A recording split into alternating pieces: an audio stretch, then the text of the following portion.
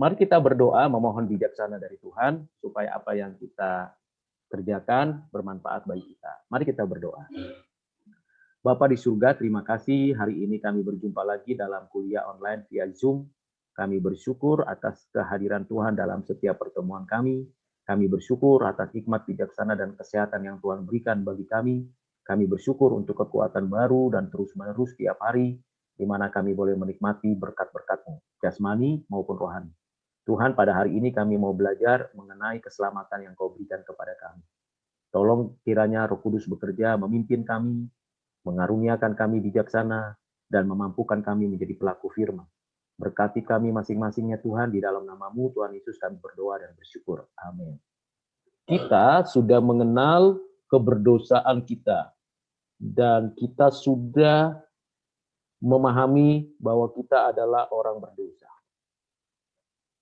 Lalu kita bersyukur karena atas anugerahnya kita belajar mengenal penebus kita, penebus umatnya. Penebus umatnya siapa dia? Penebus umatnya itu adalah Tuhan Yesus. Kita sudah mengenal naturnya, atributnya, atribut itu karakter ya, kemudian karyanya, dan segala satunya.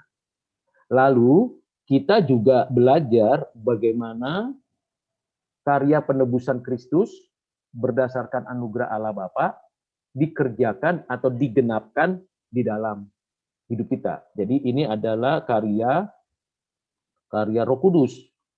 Nah, karya Roh Kudus untuk apa? Menerapkan apa? Menerapkan yang pertama tentu anugerah ya. Menerapkan apa? Anugerah Bapa berdasarkan ketetapannya. Jadi menerapkan ketetapan penebusan yang disebut factum salutis. Yang kedua, menerapkan karya penebusan Kristus. Penebusan Kristus yang inkarnasi, menderita, mati di atas kayu salib, dan kemudian bangkit dari kubur, lalu menyatakan diri, naik ke surga, duduk di sebelah kanan Allah Bapa, bersyafaat, menyediakan tempat bagi kita, membela kita, lalu nanti akan datang kembali. Nah, itu diterapkan di dalam diri kita oleh Roh Kudus. Nah, waktu menerapkannya ini, tentunya kita lihat dalam dua posisi ya. Posisi yang pertama yang disebut monergis, ya, posisi. Menerapkan dalam posisi yaitu yang pertama monergis, yang kedua adalah sinergis. Ini posisi yang kita harus tahu di dalam menerapkan yang namanya karya penebusan Kristus dan ketetapan penebusan dari Bapa. Apa yang pertama yang kita bisa pelajari? Monergis berarti sepenuhnya itu karya Allah Trinitas. Itu monergis. Jadi sepenuhnya karya Allah Trinitas atau Allah Tritunggal atau karya Bapa, Anak, Roh Kudus atas hidup kita.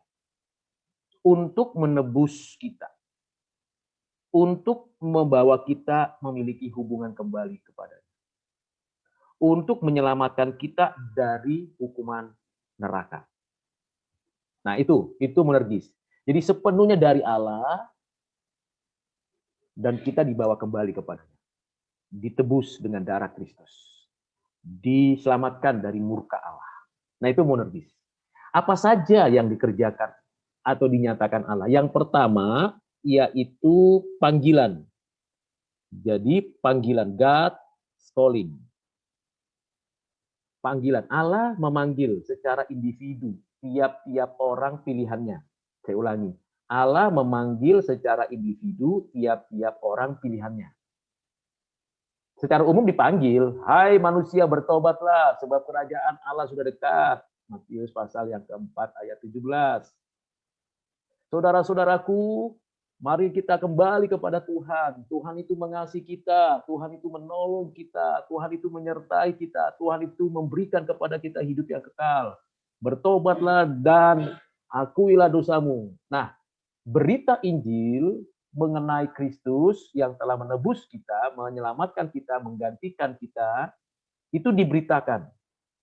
Nah, waktu diberitakan ada panggilan, God's calling. Siapa yang memberitakan? Saudara dan saya. Jadi bukan hamba Tuhan saja, bukan dosen teologi seperti saya, atau hamba Tuhan yang melayani di gereja, tidak, semua orang Kristen. Ada juga melalui YouTube, seperti saya kan YouTuber juga ya, walaupun begini-begini ya.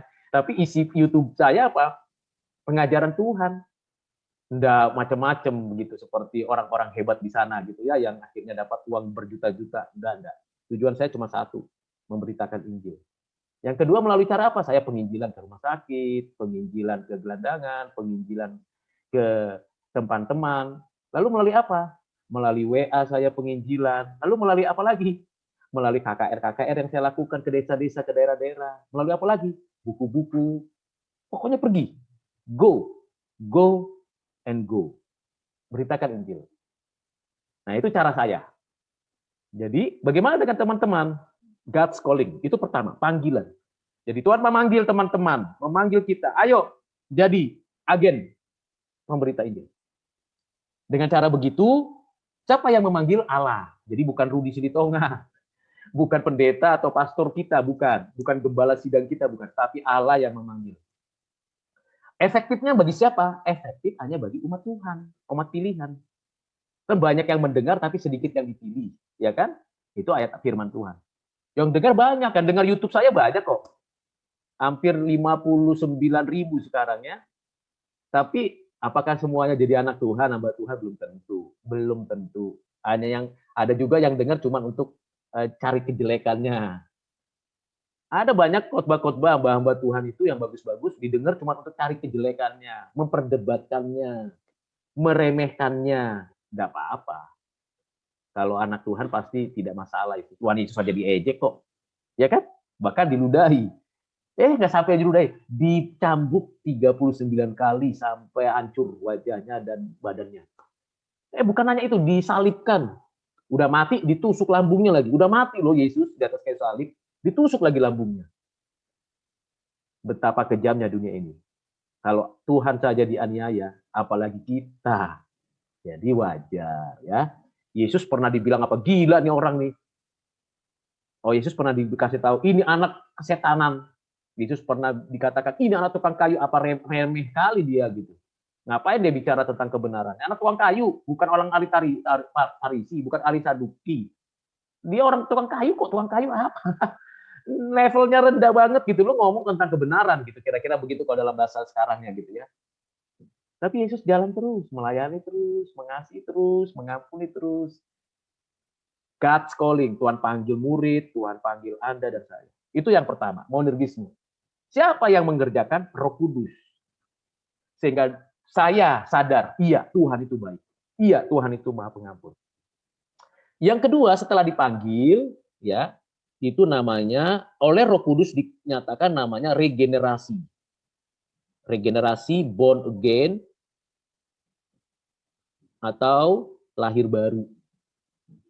Dalam Yohanes 3 ayat 3, ayat 5, ayat 7 itu ditulis. Percakapan Yesus dengan Nikodemus. Nikodemus orang hebat, pemimpin dari orang Farisi. Apalagi Nikodemus. Nikodemus itu orang hebat karena dia pengajar. Udah tua, berarti kan dia dituakan, sudah dewasa. Tapi ketika dia datang malam-malam sama Tuhan, dia tanya, engkau rabi kah? Engkau yang diutus oleh Allah Bapa kah? Yesus tidak jawab pertanyaannya dengan, ya. Oke, memang saya diutus Bapa. Tidak. Yesus bilang apa? Yesus bilangnya begini, Nikodemus, kamu harus dilahirkan kembali. Kalau tidak, engkau tidak bisa lihat kerajaan Allah, tidak bisa masuk ke dalam kerajaan Allah. Berarti di mana? Di neraka. Keras ya, Tuhan Yesus umur 30-an, ngomong sama umur yang 50-an. Beda waktu 20 tahun lebih. Tapi Tuhan langsung kasih penjelasan. Dia bukan orang Farisi, dia bukan orang Saduki, dia tidak berada di bawah school of thought-nya orang Yahudi, tidak. Dia anak tukang kayu, tapi dia harus tahu kita bahwa dia adalah anak Allah. Dia belajar dengan serius dari mulai kecil sampai dia anak Taurat, sampai dia dewasa, dia adalah pribadi yang belajar. Nggak pemalas. Kalau orang malas, sangat sulit dipakai Tuhan ya. Bahkan mungkin dibuang Tuhan orang malas. Ya, orang malas, orang yang nggak pernah kerja, nggak pernah hormati orang tua, tidak menghargai karya orang lain, itu pasti kemungkinan besar dibuang Tuhan. Yesus orang yang rajin, tekun. Lalu dia mengatakan kepada Nikodemus, kamu lahir kembali. Kalau nggak bisa lihat kerajaan Allah. Lihat aja nggak bisa, apalagi masuk. Jadi ini adalah pekerjaan Roh Kudus. Jadi kalau saya, Anda sekalian, kita semua ini bisa menyatakan saya percaya, saya mengakui, saya dengan mulut betul-betul menyadari bahwa Yesus Kristus adalah Tuhan dan Juru Selamatku, saya ditebus oleh Kristus, dosaku diampuni oleh Tuhan, itu anugerah. Itu pekerjaan Roh Kudus. Dan saat itulah kita dilahirkan kembali. Bukan hanya itu, kita dapat jaminan dari Roh Kudus bahwa kita hidup yang kekal. Efesus pasal 1 ayat 13 dan 14. Itu yang kedua. Yang ketiga adalah konversi. Tadi saya sudah menyatakan contoh. Konversi itu ada iman, ada pertobatan definitif. Itu konversi. Tuhan, aku berdosa. Aku minta ampun kepadamu. Karena engkau yang mengampuni dosaku. Aku berbohong kepada papa, berdusta kepada teman, memberontak kepada pimpinan saya. Aku berdosa kepadamu Tuhan. Minta ampun. Detail, ngomong pribadi, enggak usah pakai perantara siapapun. Hanya Tuhan Yesus perantaranya. Masuk ke dalam kamar, berlutut, berdoa, menangisi dosamu, menyesalinya, lalu komitmen untuk betul-betul hidup bagi Yesus. Itu namanya konversi. Pertobatan definitif. Satu kali saja pertobatan definitif. Dan saat itu kita beriman. Saat itu kita beriman. Karena iman itu ditanamkan oleh Roh Kudus. Iman yang menyelamatkan. Bukan iman seperti orang-orang yang umum. Iman natural bukan. Tapi iman yang menyelamatkan. Itu ditanamkan oleh Roh Kudus dalam hati kita. Jadi bukan sebuah keyakinan pribadi. No. Bukan. Iman itu ditanamkan di hati. Roh Kudus yang menolong. Kamu percaya saja. Berbahagialah orang yang tidak melihat, namun percaya. Kita nggak melihat Yesus mati, bukan? Atau mau cari penglihatan nih? Zaman sekarang kan lagi ngetren cari penglihatan. Tuhan, lihatkanlah engkau mati di atas kayu salib. Begitu dilihatkan, mungkin kita pada saat yang sama, kita mengatakan kepada Yesus, salibkan dia, salibkan dia. Hati-hati minta penglihatan, jangan-jangan yang dilihat itu adalah gambaran setan gitu. Ya saya nggak pernah mau itu ya begitu-begituan, aneh-aneh gitu. Cukuplah Alkitab itu. Lakukan setahap demi setahap firman Tuhan itu saja udah susahnya bukan main ya kan, sulitnya bukan main. Kalau bukan pertolongan Roh Tuhan tidak mungkin kita taat kepada Tuhan. Jadi konversi ya bagian ketiga itu pekerjaan Roh Kudus dalam hati kita. Enggak ada andil kita di situ. Enggak ada andil kita, enggak ada jasa kita. Yang keempat, setelah kita menyadari apa? Menyadari dosa kita, kesalahan kita dan kita mengaku bertobat, lalu dari pihak Allah, Bapa, menyatakan kebenaran. Engkau dinyatakan benar. Ini secara legal, diketok palu. Rudi Silitonga, engkau berdosa kepadaku dan kepada sesama. Engkau melakukan kejahatan-kejahatan. Tetapi, karena Kristus sudah mati bagimu, Kristus sudah menggantikanmu di atas kayu salib, Kristus sudah menebusmu dengan bayaran yang lunas dengan nyawanya, Kristus sudah mendamaikanmu, dan kebenaran Kristus sudah ada di dalammu, maka engkau Rudi Silitonga dinyatakan benar olehku, kata Bapak. Nah itu penting. Suatu penyataan yang penting bagi manusia. Dinyatakan benar. Berarti apa di sana? Di sana berarti ada pengampunan.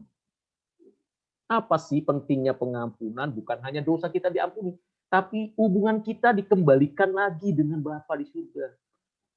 Bahkan ketika kita dibenarkan, ada satu bagian yang dinyatakan Tuhan lagi kepada kita. Yang kelima, yaitu diadopsi menjadi anak-anaknya. Anak-anaknya. Lalu kita menyebut dia, Allah, menjadi panggilannya Bapa. Bapa kami. Jadi coba diperhatikan 5 bagian penting ini. Panggilan. regenerasi, konversi, pembenaran, adopsi, itu sepenuhnya dari Allah oleh Roh Kudus diterapkan dalam hati dan hidup orang percaya yang dipilihnya dari kekekalan. Nah, ini penting. Jadi 5 hal yang disebut monergis, sepenuhnya dari Allah. Jadi nggak ada itu jasa kita. Maka Rasul Paulus di dalam Efesus pasal 2 ayat 8 dan 9 dijelaskan di sana bahwa keselamatan itu anugerah melalui iman. Bukan karena kita berbuat baik, bukan karena kita punya jasa. Kekristenan bukan inisiatif manusia. Kekristenan bukan upaya kita mendapatkan Allah, tidak. Kekristenan adalah Tuhan berinisiatif mencari kita, membawa kita, menarik kita, membawa kita kembali kepada. Nah, itu adalah 5 rangkaian penting satu kali. Jadi monergisme itu sepenuhnya Allah dan satu kali, tidak berulang-ulang kali nih. Di sana juga, ya di sana saat ini diterapkan oleh Roh Kudus di dalam diri kita, saya ulangi, dalam monergis ini, saat Allah menyatakan kehendaknya bagi kita, ada panggilan regenerasi, konversi, pembenaran, adopsi, di sana juga jelas sekali ada jaminan keselamatan. Bahwa sekali selamat, tetap selamat. Siapa yang menjamin jaminan keselamatan? Anaknya. Di dalam mana? Yohanes pasal 10 ayat 27. Saya bacakan ya, supaya semuanya bisa tahu. Yesus berfirman di dalam Injil Yohanes.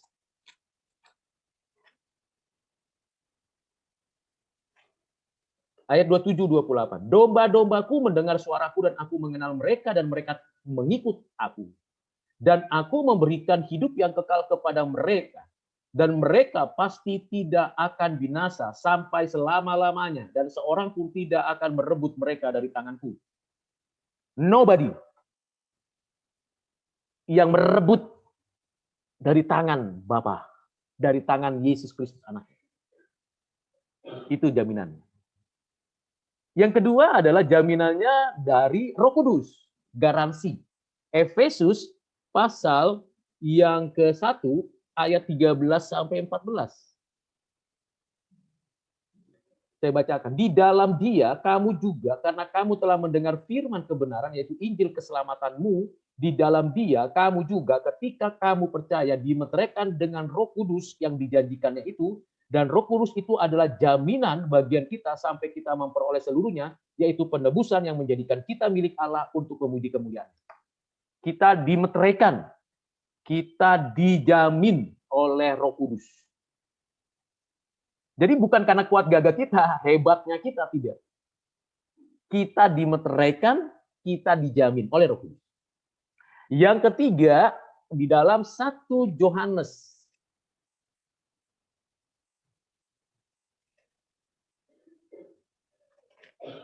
Tentang pengurapannya tetap ada pada kita.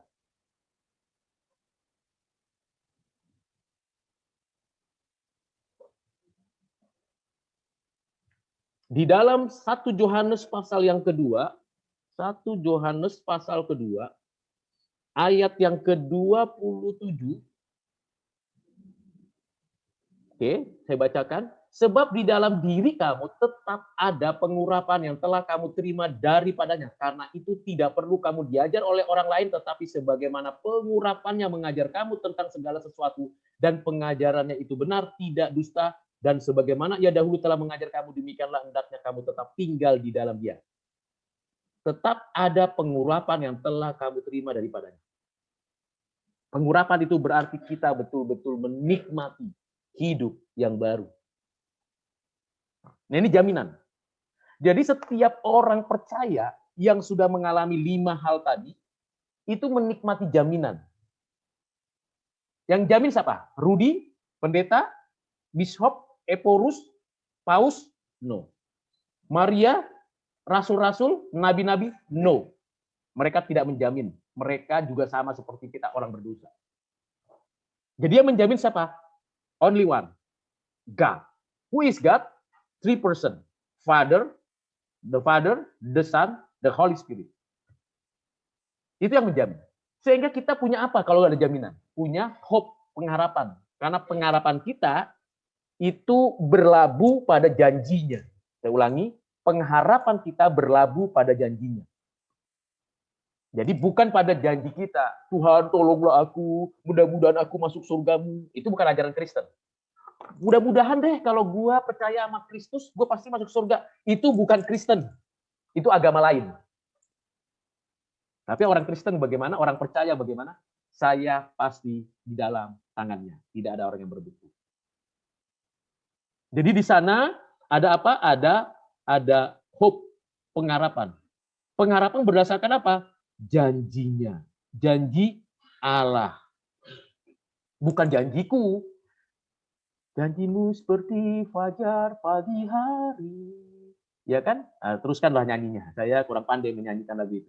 Tapi memang dia selalu memberikan pengharapan. Ya kan? Nah, itu monergisme.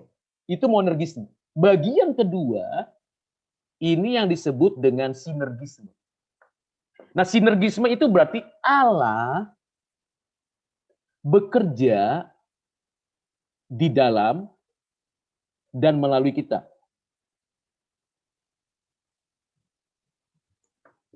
Di dalam Filipi pasal 2 ayat 12 sampai 14 itu dikatakan, kerjakanlah keselamatanmu. Jadi di sini ada tanggung jawab. Ada tanggung jawab. Tanggung jawab dari orang percaya. Apa tanggung jawabnya? Di mana Allah bekerja di dalam melalui kita, yaitu Roh Kudus tadi mendorong, menuntun, membimbing kita untuk bertanggung jawab. Apa yang dilakukan? Pertama adalah pengudusan. Nah, hidup kudus, Tuhan Yesus katakan melalui pengajarannya. Rasul Paulus mengatakan melalui pengajarannya. Rasul Petrus mengatakan melalui pengajarannya. Nabi-nabi mengajarkan melalui pengajarannya. Kuduslah kamu, sebab Allah kudus.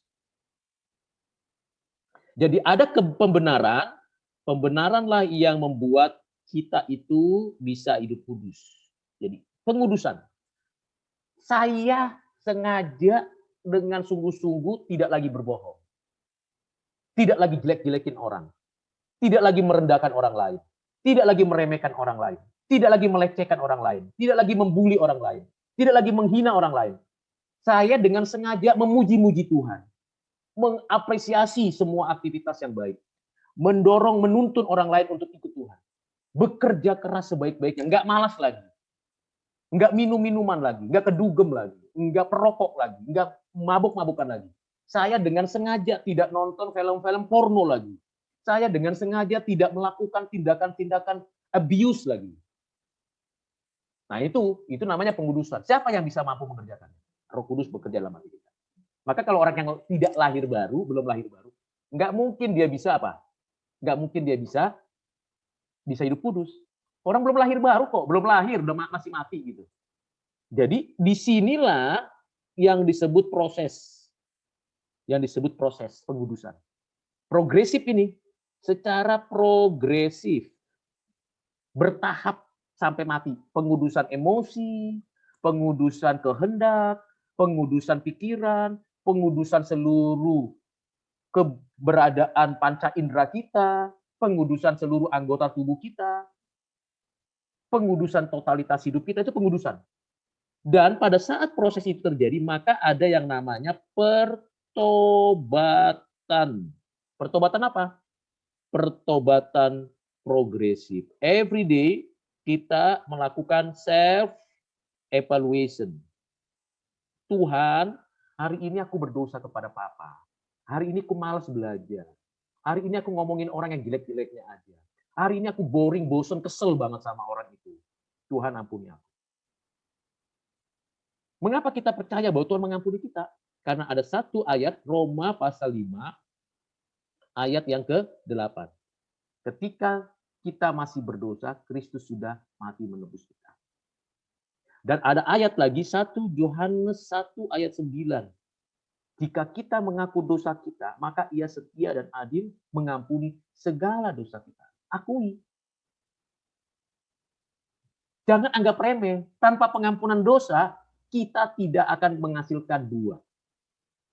Apapun itu alasannya. Itu hanya sebuah fenomena agama. Kalau kita baik, ada yang baik natural loh. Ada banyak loh orang yang wajahnya baiknya natural. Tapi nggak menyelamatkan apa-apa. Nggak mengubah statusnya jadi orang berdosa. Kan ada banyak kan orang yang secara natural wajahnya baik, lembut, murah senyum, natural. Tapi apakah dia berdosa? Iya. Apakah dia selamat karena itu? Tidak. Dia selamat karena anugerah.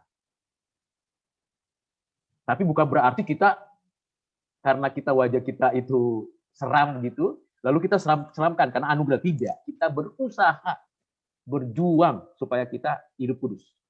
Lalu bagaimana ini sampai akhir hidup kita? Yang kedua, tadi pengudusan yang pertama sinergis, yang kedua yang namanya yang disebut dengan ketekunan. Ketekunan orang-orang kudus. Perseverance of sin. Ketekunan, tekun itu bukan rajin ya. Oh nanti mau UAS nih, kerjain semua tugas deh. Itu bukan tekun namanya, itu rajin. Rajin itu sesekali. Rajin itu tidak diminta Tuhan. Yang Tuhan minta itu tekun. Rajin itu kerajinan. Seperti, lo Ruth tumben, kenapa nyapu-nyapu halaman? Lo kerajinan. Nah itu kenapa? Selama ini nggak pernah nyapu halaman. Lalu nyapu halaman, sekarang tiba-tiba tetangga bilang, tumben. Nah itu namanya kerajinan. Sok rajin. Biasanya orang yang sok rajin, kerajinan ada maksudnya itu. Tapi orang tekun, susah seneng, bosen nggak bosen, tetap belajar. Orang tekun, kondisi apapun, tetap dia menjaga, memelihara apa yang dikerjakan. Itu tekun. Tekun itu bisa monoton memang, betul bisa monoton. Karena tiap hari kan harus baca Alkitab, doa, baca Alkitab, doa, baca Alkitab, doa, memuji Tuhan. Tekun. Ke gereja tiap minggu, ke gereja tiap minggu, ke gereja tiap minggu, nggak pernah berhenti, nggak pernah absen. Itu tekun. Ke kampus, ikut kuliah, ngajar, itu tekun. Karena tiap hari itu monoton memang. Mau tidak mau, memang tekun di dalamnya ada monoton, tapi dinamis di dalam hatinya.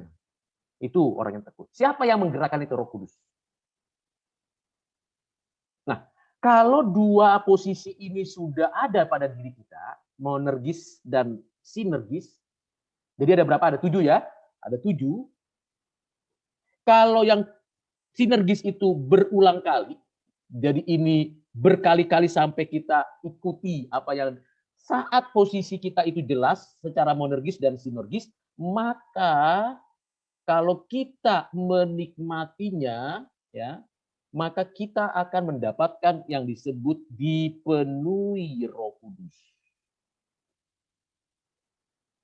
Orang yang dipenuhi Roh Kudus punya ciri khas. Ciri khasnya simple.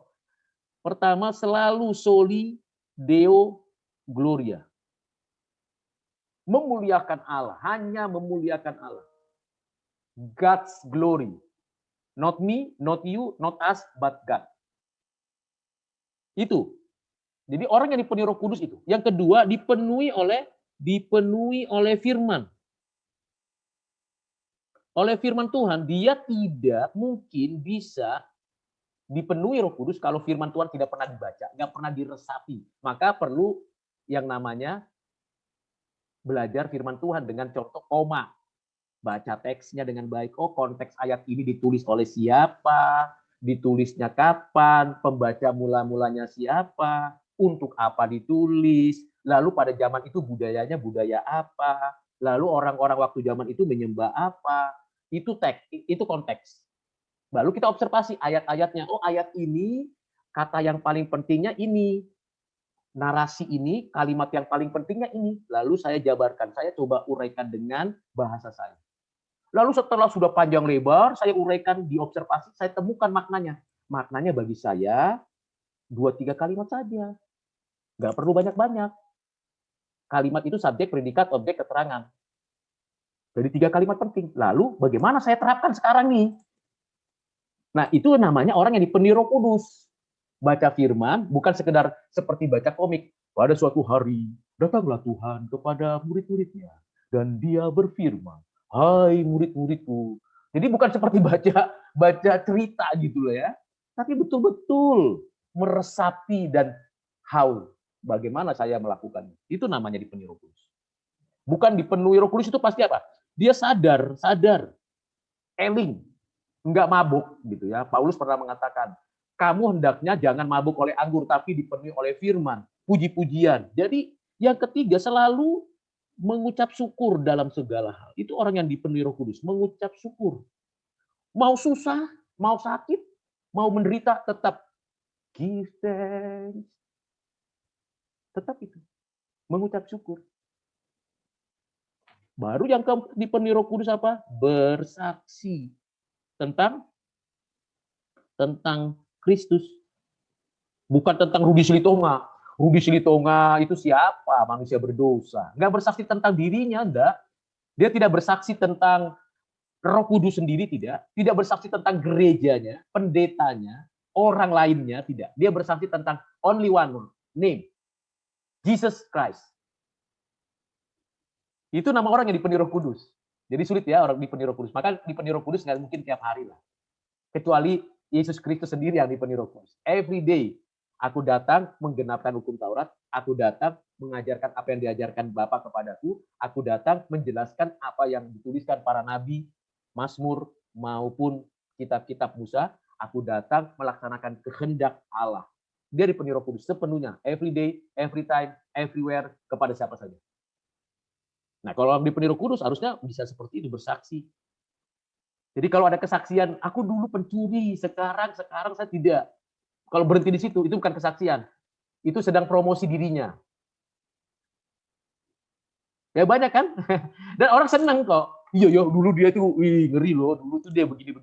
Sekarang dia baik loh, sekarang begini. Itu kesaksian promosi dirinya.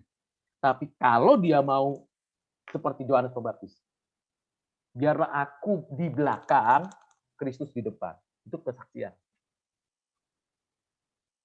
Yang kelima, nah ini dia yang disebut berbuah. Berbuah. Buah apa? Yang pertama buah pertobatan. Matius 3 ayat 8. Hasilkanlah buah sesuai dengan pertobatan. Apa pertobatanmu? Berbohong. Sekarang ayo kita ngomong yang benar-benar aja. Kita buat status itu yang benar-benar aja yuk. Jangan hoax. Jangan sebarin berita-berita yang bohong, yang menajiskan, yang mencemarkan. Kasih link film-film porno, gambar-gambar yang asusila. Jangan yuk kita sekarang kita kerjakan yang baik. Itu namanya pertobatan. Buahnya di sana. Yang kedua adalah buah roh. Ini adalah buah roh. Ini adalah buah karakter. Galatia 5 ayat berapa? Ayat 22 sampai 23. Buahnya ada berapa? 1. Di dalamnya 9 karakter kalau katakan 9. Tapi lebih daripada itu sebenarnya. Ini buah roh. Jadi buah dipenuhi Roh Kudus dia berbuah roh. Karakternya diubah. Yang ketiga adalah buah kasih. Buah kasih. Jadi kita belajar mengasihi orang, memberi dan menyatakan kasih kita kepada orang lain dengan sungguh-sungguh. Supaya kita bisa menikmati apa yang Tuhan berikan kepada kita. Dan kita menyatakan buah kasih itu. Dan yang terakhir adalah buah kebenaran.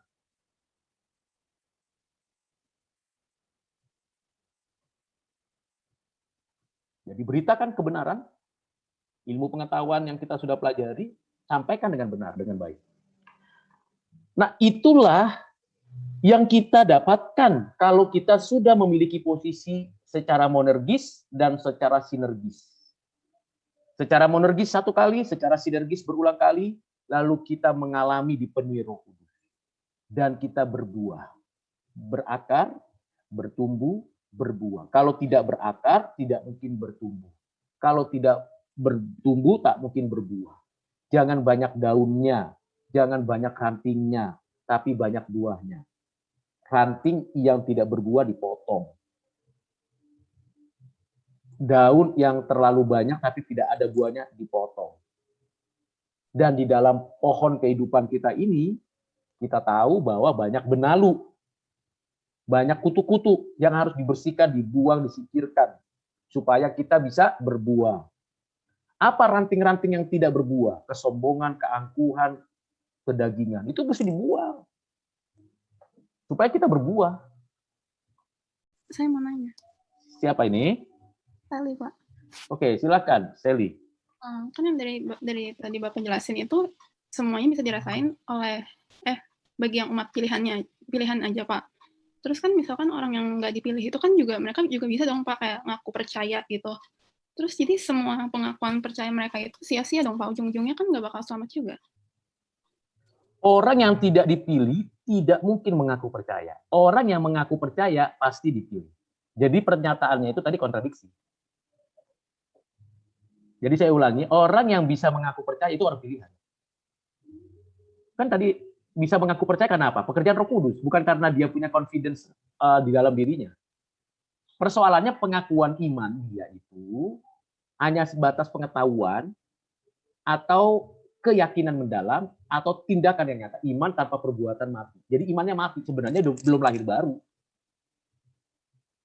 Kalau ngaku-ngaku mah itu seperti orang ke gereja seremonial kan. Kan kayak seremonial gereja kan salah satu gereja mainstream atau gereja-gereja yang betul-betul mau kembali kepada ajaran Tuhan dan tradisi gereja yang sesungguhnya kan selalu ada pengakuan iman kan, kecuali gereja-gereja kontemporer yang menyingkirkan pengakuan iman. Tapi gereja yang betul-betul berfondasi pada firman, berfondasi pada tradisi gereja yang sehat, yang baik, yang benar, selama ribuan tahun selalu punya pengakuan iman. Dan dalam pengakuan iman itu dinyatakan bahwa aku percaya kepada Allah Bapa Khalik langit dan bumi. Aku percaya kepada Yesus Kristus Tuhan dan Juru Selamat dan seterusnya. Aku percaya kepada Roh Kudus. Itu pengakuan iman. Gereja kontemporer banyak yang tidak memakai itu lagi dan dianggap diganti dengan lagu-lagu pujian. Beda. Lagu pujian, lagu pujian, pengakuan iman. Jangan ditambah-tambahkan. Banyak orang sayangnya, dan itu yang terjadi. Orang ikut-ikutan pengakuan iman, tapi dia sendiri tidak mengalami hidup baru. Nah, itu adalah orang munafik seperti Farisi dan Saduki. Orang Farisi Saduki dikecam Tuhan loh. Kalau baca Matius pasal yang ke-23, bagaimana Tuhan mengecam. Jadi ada pengakuan hanya di mulut. Jadi manis di bibir saja gitu ya. Aku cinta padamu, tapi nggak mau korban. Itu namanya bukan cinta. Itu namanya nafsu. Ya kan? Tolong dong bantu saya. Kan kamu cinta pada saya. Maaf ya, urusan itu nggak bisa. Itu namanya bukan cinta, itu namanya nafsu. Kalau cinta, yang dicintai minta apa, dia pasti ikutin. Itu namanya cinta. Cinta setengah mati beda sama cinta sampai mati. Jadi menurut saya, apa yang ditanyakan Sally itu adalah relevan. Begitu banyak orang Kristen, beragama Kristen atau beragama Kristiani. Itu begitu banyak yang mengaku di mulut, tapi di hati, di tindakan tidak ada. Berarti apa? Kalau di hati tidak ada tindakan Allah, berarti imannya mati. Kalau imannya mati berarti apa? Mendukakan Roh Kudus. Berarti dia bagaimana? Bisa jadi dia belum lahir baru. Kalau dia belum lahir baru ya bukan orang pilihan. Tapi kalau dia orang pilihan, dia mengaku percaya, pasti ya. Kalau dia orang pilihan, dia bisa mengaku percaya, terlepas proses pengudusannya begitu lama, kita nggak bisa menghakimi orang sampai mati hidupnya. Tapi orang pilihan dia bukan hanya beriman, dia bertobat, dan dia hidupnya berbuah. Kapan orang itu bisa dilihat buahnya? Ya seumur hidup lah kita tahu, kita tanya, kita ngerti. Karena itu saya dan Anda, kita semua tidak boleh menghakimi orang sebelum waktunya kita menghakimi. Kapan? Kalau waktu nanti kita dibangkitkan. Siapa yang menghakimi? Kristus, yang paling utama. Jadi biarkan nasib kekekalan dia itu Tuhan yang tentukan. Kita hanya memberitahukan. Nah begitu Sally. Jadi Tuhan itu adil ya. Sebenarnya kalau Tuhan tidak kasih keselamatan juga kepada semua orang, itu haknya Tuhan kok. Orang kita berdosa kok. Lalu kalau Tuhan mengasihi itu anugerah kok. Bukan karena saya layak atau kita layak tidak. Kira-kira itu jawaban saya. Silakan, Velia. Kalau kan jadi kita bisa selamat kalau kita dipilih Tuhan kan Pak di dalam ketetapannya. Yeah. Apakah misalnya kita ada di dalam ketetapan Tuhan tapi kita bisa nggak kita menolak gitu Pak?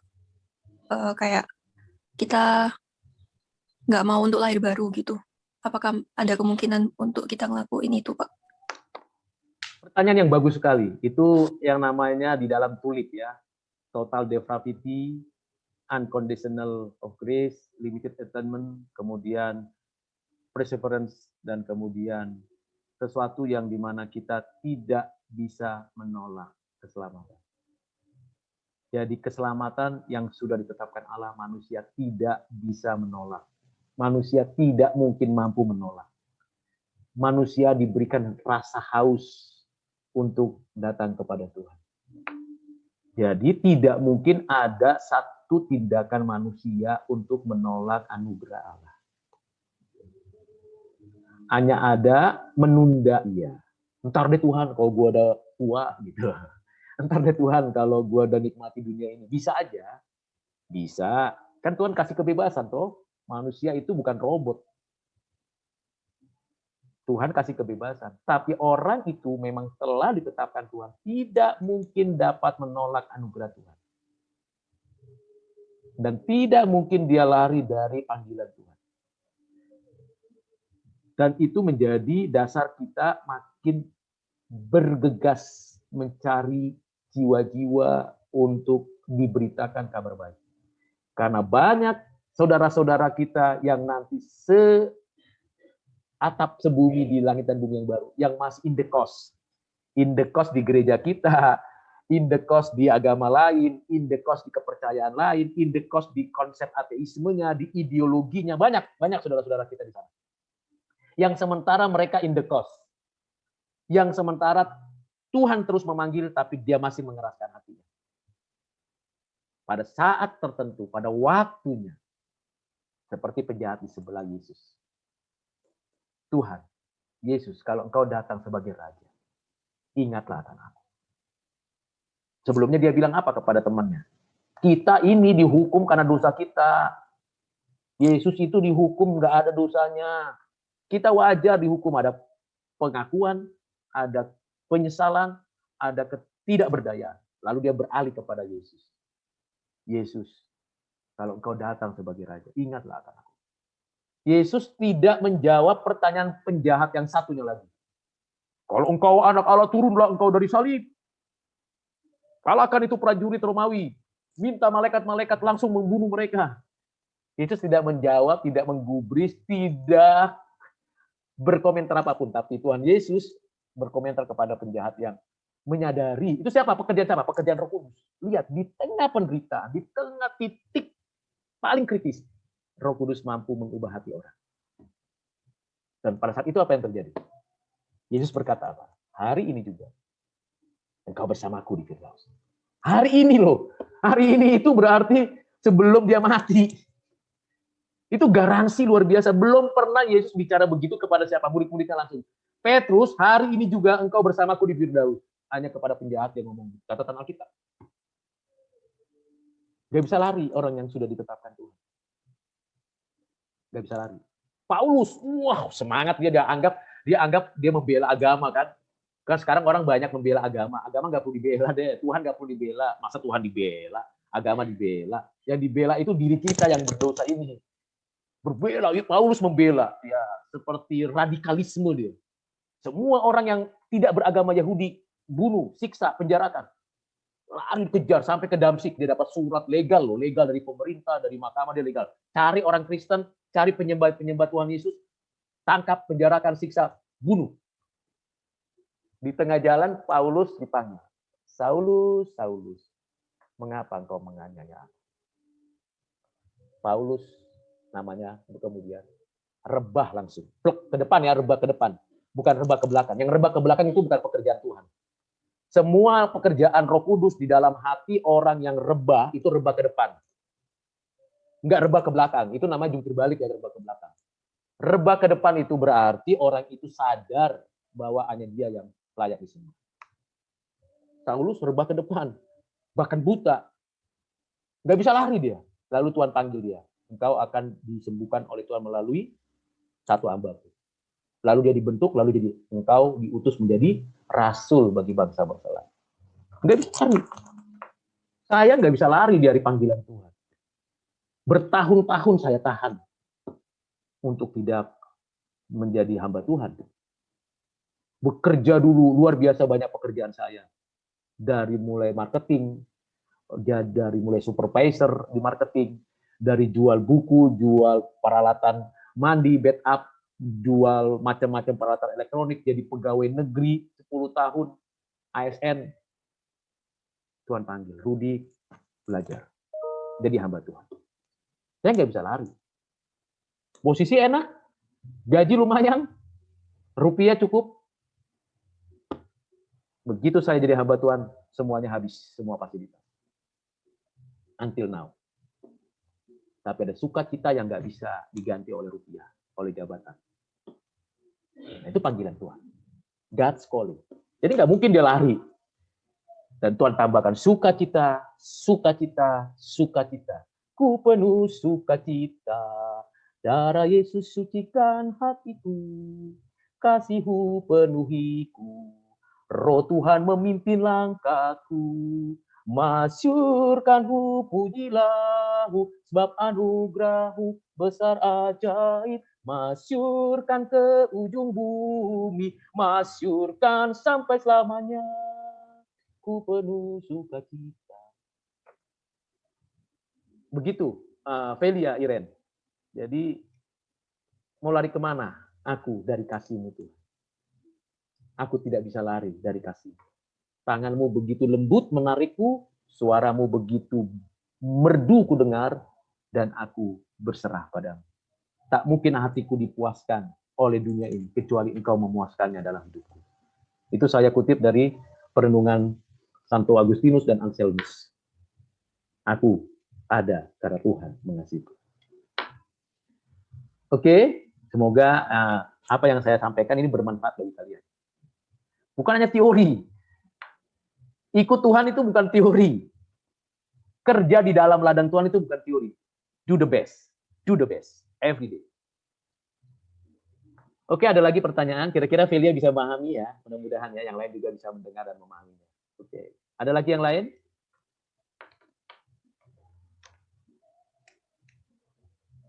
Cukup? Pak, saya mau nanya tapi singkat saja.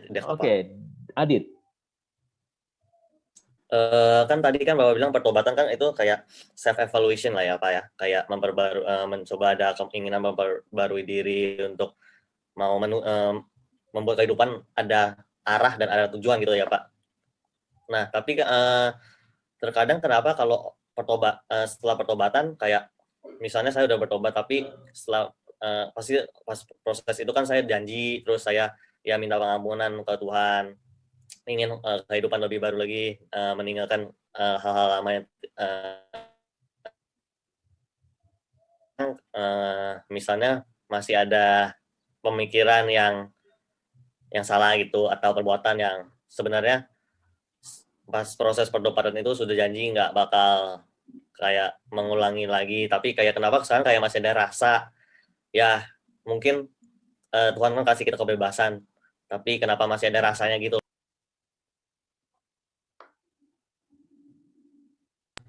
Sorry Pak, dipanggil. Ya itu Pak, pertanyaan saya. Oke. Iya, ya. Oke, Adit ya, dan teman-teman semua. Kita itu orang percaya yang realistis, bukan yang idealis. Maksudnya apa, Pak Rudi? Maksudnya itu adalah kita itu bisa jatuh bangun, masih mungkin berdosa. Kita itu masih mungkin berdosa pertama karena kita masih mengenakan tubuh kedagingan ini. Ini nih. Yang bertahun-tahun kita pakai untuk melakukan kejahatan kan, anggota tubuh kita dan panca indera kita kan. Masih ingat sekolah minggu nggak? Lagu sekolah minggu. Hati-hati gunakan matamu, hati-hati gunakan mulutmu, karena Bapa di surga melihat ke bawah. Hati-hati gunakan mulutmu. Kan begitu. Tapi faktanya kan everyday kita menghadapi tindakan-tindakan yang justru nggak hati-hati. Waspadalah. Nah, kalau kita jatuh bangun, nggak ada orang Kristen itu punya kurvanya begini loh. Sampai ke angkasa nggak nginjak bumi nggak. Kita itu begini, jatuh lagi, bangun lagi, jatuh lagi, bangun lagi. Dia tidak membiarkan kita tergeletak. Kalau kita jatuh, bangkit lagi, bangun lagi, move on lagi. Jangan muter di situ seperti siklusnya orang Israel pada zamannya Hakim-Hakim. Minta ampun berdosa, minta ampun berdosa, minta ampun berdosa. Kita jatuh bangun, tapi maju pelan gitu, nggak apa-apa. Itu perjuangan iman. realistis orang Kristen. Orang Kristen nggak idealis. Jangan jadi orang Kristen idealis. Jadi orang Kristen yang realistis, tapi berjuang tetap begitu. Jadi kita nggak putus asa, nggak kecewa, nggak frustasi. Tuhan, aku kok masih bohong lagi? Ayo, besok aku mau lagi, besok terus berjuang terus. Sampai satu titik Tuhan kasih dalam diri kita satu ketidaksukaan lagi atas dosa itu. Nah, itu namanya perubahan ajaib. Perubahan ajaib terjadi padaku sejak Yesus di hatiku. Terus. Nah, ini perlu. Jadi kalau kita bilang, Tuhan aku udah janji, aku sudah berkomitmen, jatuh lagi. Udah Tuhan aku nggak ikut tahu. Nah, itu namanya frustasi, putus asa. Orang Kristen nggak bisa begitu. Tangannya terbuka, menopang kita. Kita datang kepadanya memohon belas kasihan. Nggak ada orang yang kuat ikut Tuhan kalau bukan Tuhan yang menguatkan. Saya ulangi, tidak ada orang ikut Tuhan kalau bukan Tuhan yang menguatkan. Mau kuat sendiri, impossible. Kamu akan jatuh dan kecewa. Maka Tuhan katakan, terkutuklah orang yang mengandalkan kekuatannya sendiri. Nah, refleksi itu, self evaluation itu perlu supaya kita jangan menyimpan dosa terus gitu. Nanti aja sekalian deh ke gereja gitu, 7 hari, 6 hari dosa dikumpulin dulu gitu ya. Emangnya bunga abang gitu dikumpulin dulu, dapat uangnya nanti dapat rezeki gitu. Enggak. Tiap hari daripada kumpulin nanti tunggu ada waktunya perjamuan kudus baru saya ngaku Tuhan. Aku berdosa. Waktu itu tanggal 1 bulan 1 2021. Terus tanggal 2 banyak banget gitu kan, dikumpulin dulu segudang baru kasih ngomong sama Tuhan. Enggak dong. Every day. Tiap langkahku diatur oleh Tuhan dan tangan kasih-Nya memimpinku. Harus minta. Gitu. Jadi Adit maju terus, move on. Gagal biasa, tapi nggak bangkit itu yang nggak boleh. Begitu juga teman-teman yang lain. Ya, jangan putus asa, gagal itu biasa kok. Karena kita rapuh nih. Kita ini rapuh. Nggak ada yang hebat. Rapuh. We are nothing, God is all everything. Mau cantik, mau tampan, mau kaya, mau hebat, mau pintar, mau cerdas, mau profesor, mau orang sederhana, kita rapuh. Cukup. Begitu ada gempa langsung semua ambruk. Begitu ada hujan semua ketakutan. Rapuh. Lalu di mana kita berpijak? Di dalam Tuhan. Janji yang manis takkan kulupakan, tak terombang-ambing lagi jiwaku. Dipegang janji ini. Tuhan, aku pegang janji. Bahwa kalau ada orang yang berdosa dan memohon pengampunan, Engkau bersedia mengampuni. Akulah sekarang orang berdosa itu. Please Lord, come to me. Jelas ya? Ini penting. Oke, ada lagi yang lain? Semoga apa yang saya ceritakan, saya sampaikan, pengetahuan, pengalaman, pengertian, pendalaman saya, itu bermanfaat bagi kita. Ada lagi? Pak, saya mau tanya lagi. Oke, silakan Felia. Jadi kan yang saya tangkap itu intinya manusia itu ada kehendak bebas. Jadi kita bisa tentuin kita mau berbuat apa. Tapi di satu sisi Tuhan tuh udah kasih ketetapan gitu. Siapa yang selamat, siapa yang nggak bisa masuk ke kerajaan Allah. Iya. Terus tujuannya itu apa Pak? Untuk menjadikan dunia terus dengan segala ketetapan Allah, tapi juga tetap memberikan kebebasan untuk manusia.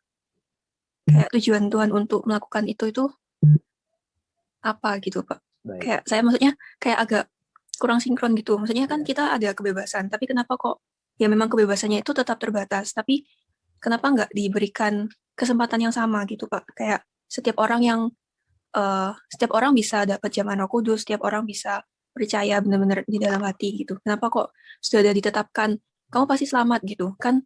Meskipun ya kita harus bersyukur karena Tuhan masih mau menyelamatkan sebagian dari manusia, tapi di satu sisi kayak ya kalau kita nggak jadi manusia yang terpilih juga kayak agak sama-sama manusia, kenapa kok yang satu dapat yang satu nggak dapat gitu. Ya. Itu sih Pak. Luar biasa ya pertanyaannya, ini pertanyaan sangat kontemplatif, reflektif, ontologis, dan sangat relevan dalam konteks kita. Kenapa saya katakan kontemplatif? Mungkin Velia sedang memikirkan konteksnya di dalam kondisi manusia di zaman sekarang. Tahu banyak tapi enggak beriman. Tapi juga sekaligus adalah reflektif, mungkin dia berusaha memahami bahwa manusia itu butuh hidup dari Tuhan. Tetapi ontologisnya juga adalah apa sih tujuannya, goalnya apa ya?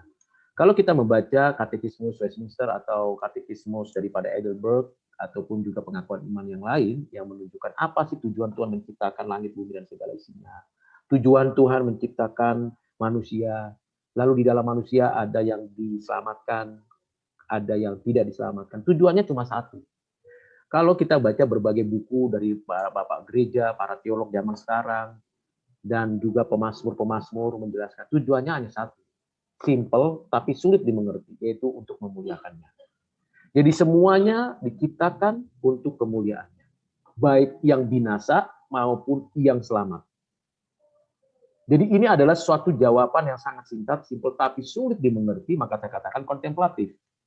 Karena memang setiap orang itu berada di dalam tujuan Tuhan, memuliakan Allah. Nah, kita bisa menikmati tujuan Allah itu karena kita di dalam konteks pilihan Tuhan. Tapi bagi mereka di dalam konteks yang bukan pilihan Tuhan, bagaimana mereka memuliakan Allah? Kan tidak bisa. Kenal Tuhan saja pun tidak. Apalagi memuliakan Allah. Tetapi tujuan keseluruhan dari seluruh ciptaan Tuhan itu adalah memuliakan Allah. Langit, bumi, bintang, bulan, dan seluruh isinya, ciptaan-ciptaan lain, binatang, tumbuhan, manusia, para malaikat memuliakan Allah. Memuji Allah, mengagungkan Allah. Nanti semua orang akan berlutut dan bertekuk di hadapan Tuhan. Engkaulah Tuhan, Raja di atas segala raja. Semua lidah akan mengaku, semua mulut akan percaya.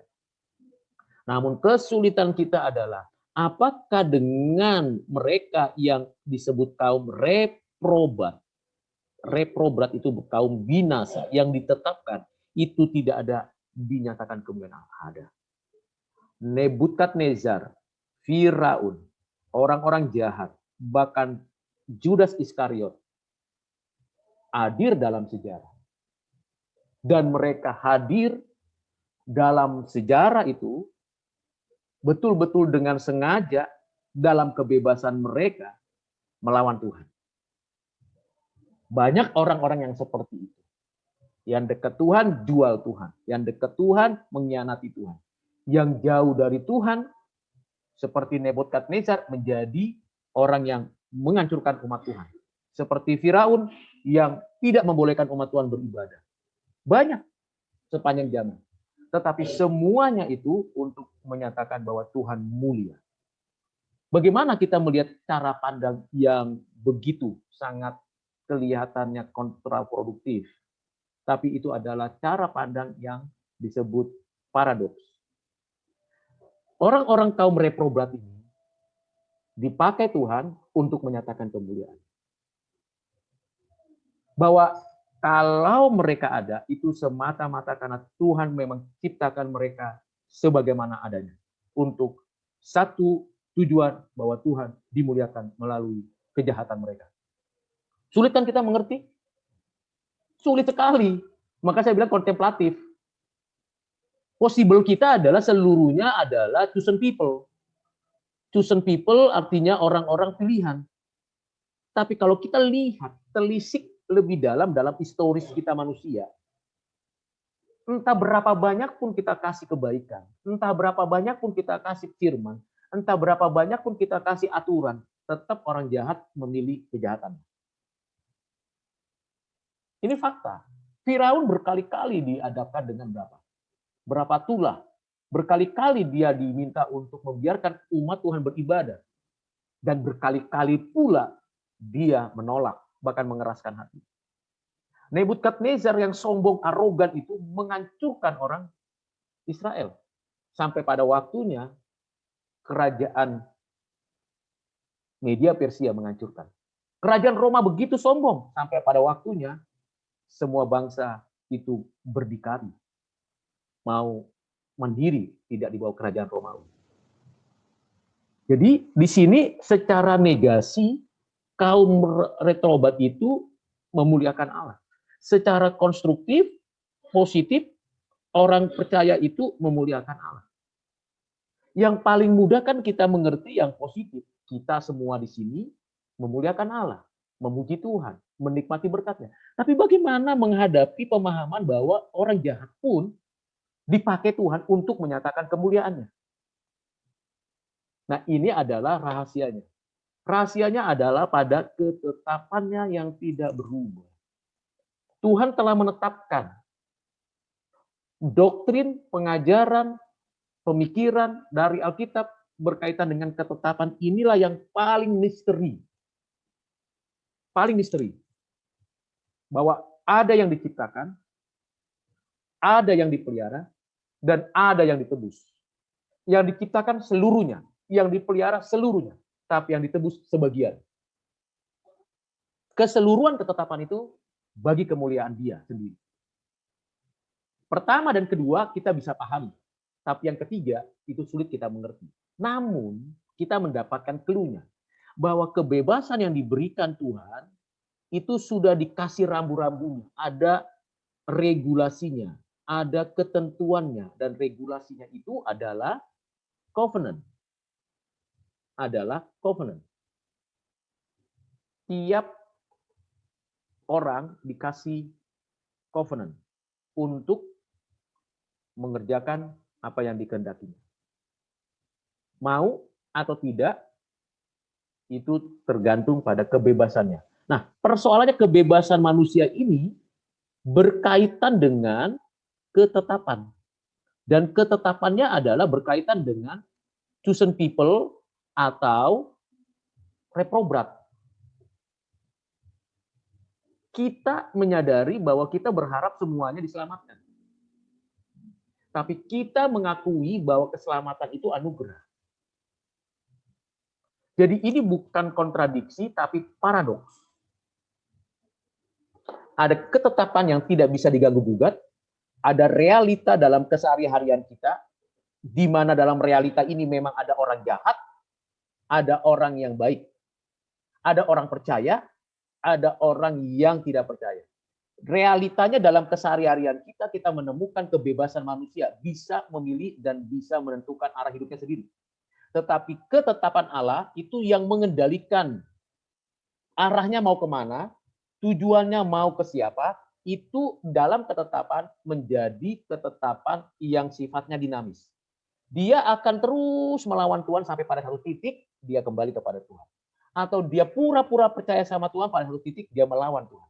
Nah, itu di dalam realitas sejarah kita. Kita sulit memahami ini karena kita di dalam konteks ruang dan waktu yang kita tahu, yang kita mengerti, karena di dalam historis kita. Tapi di luar historis kita, supra historis, di dalam ketekalan, kita mengetahui seluruhnya sudah ada dalam ketetapan. Nah, bagaimana titik pertemuan antara ketetapannya dengan historisitas daripada kemanusiaan kita?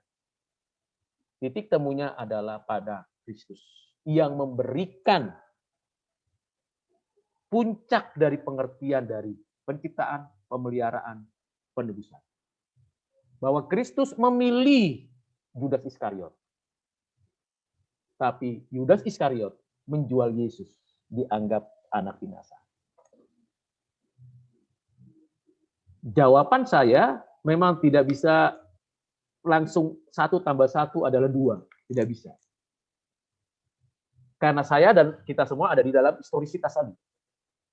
Harapan kita, semua orang yang berdosa ini, termasuk saya tentunya, adalah bertobat, mengenal Kristus. Tapi ketetapan Allah tidak bisa diganggu-gugat. Ini bukan kontradiksi. Kita karena kita dibatasi oleh diri kita sendiri yang terbatas, karena kita ciptaan yang berdosa, dia yang tidak terbatas memahami kegundahan kita, kegalauan kita. Memahami. Karena dengan pertanyaan-pertanyaan tadi, itu menggambarkan bahwa kita betul-betul memahami juga Tuhan mengasihi kita dan kita mengasihi dia, dan kita nggak layak seharusnya. Kan, why have you chosen me, Lord? Mengapa kau memilihku Tuhan di antara jutaan orang yang lebih baik daripada Tuhan? Itu kan kita nggak memahami misteri kasih Tuhan kepada kita. Tapi saat yang sama, Tuhan tanamkan itu dalam hati kita, menggerakkan hati kita, mengajukan pertanyaan kepada Tuhan. Tuhan, bukankah banyak orang yang belum selamat? Mengapa kau tidak selamatkan saya? Tuhan hanya menjawab, aku sudah tetapkan. Terus mengapa? Kau tetapkan begitu Tuhan? Itu hakku kalau kita dalam bahasa manusianya. Tapi misteri ketetapan Tuhan yang sedalam itu pun tidak menjadi alasan kita tidak mengasihi sesama, memberitakan kabar baik. Yang kedua, misteri yang begitu luar biasa dan sangat kontemplatif, sangat mendalam itu. Tidak mungkin kita mengerti sampai waktunya kita berjumpa dengan dia bicara. Kita bisa bicara begini kepada Allah karena ada firman. Tapi orang lain bagaimana? Nah, mudah-mudahan apa yang saya jelaskan ini dapat memberikan gambaran yang secara utuh ya. Jadi saya tidak mengatakan, ayo terima aja deh, itu nasib lo gitu. Enggak boleh begitu. Kita harus kritis dan sekaligus juga mempertimbangkan berbagai macam sudutan. Secara kontemplatif, secara ontologis, pemikiran Alkitab, aku memilih Ishak, memilih Yakub. Aku memilih Yakub, mengasihi Yakub, membenci Esau. Kok Tuhan dari Tuhan sendiri mengatakan aku membenci Esau dan aku mengasihi Yakub? Ada nggak tertulis? Ada. Di dalam mana? Di dalam Roma. Di dalam Roma jelas sekali dikatakan demikian di dalam pasal yang ke-9 ayat 13. Seperti ada tertulis, aku mengasihi Yakub tetapi membenci Esau. Pertanyaannya, jadi Tuhan nggak adil? Adil bukan karena saya menentukan Tuhan itu adil atau tidak, tapi Tuhan menentukan dirinya sendiri adil pada dirinya. Keadilan Tuhan itulah yang kita mengerti dari dalam hidup kita untuk menyatakan keadilan. Adil itu kan tidak semua sama, rata sama rasa. Nah, keseluruhan apa yang saya jelaskan tentu tidak akan memuaskan. Saya percaya itu. Bahkan sampai sekarang pun saya masih terus bertanya dalam diri saya, why have you chosen me, Lord? Gak usah bicara sama orang lain ya, gak usah bicara tentang orang lain, tentang diri saya sendiri kan. Kadang-kadang saya merenung, self evaluation. Tuhan kok aneh ya, rasa aneh bagi saya. Orang lain tuh jauh lebih baik loh Tuhan. Secara natural wajahnya, mimiknya, suaranya, wow, keren deh pokoknya. Tapi why? Why? Kenapa saya? Apa yang kau lihat dari saya Tuhan? Apa yang kau perhatikan dari saya? I am nothing, saya seperti cacing saya. Yang nggak ada apa-apanya. Tapi kau tarik saya. Why? Nah, itu yang membuat mungkin saya selalu berhati-hati dan selalu berusaha untuk berjuang untuk Tuhan. Berjuang untuk mengerjakan yang terbaik. Nah, itu kira-kira ya, Helia. Jadi, pertanyaanmu itu simpan terus, renungkan terus, refleksikan terus, sampai Tuhan memuaskan hatimu dengan jawaban. Tanya sama siapapun, jawabannya pasti tidak akan memuaskan. Karena itu pertanyaan sangat, tadi saya katakan, ini dunianya Tuhan, ya kalau kita katakan dunia, ini kita gitu. Tingginya langit dari bumi kan jauh banget ya. Rancanganku udah bukan rancanganmu, bukan begitu. Aku pencipta, engkau ciptaan. Aku kudus, engkau berdosa. Terus memikirkan sampai bisa tembus ke langit, itu ajaib. Maka saya katakan itu hanya mungkin terjadi pada pertanyaan Helia hari ini, itu karena anugerah.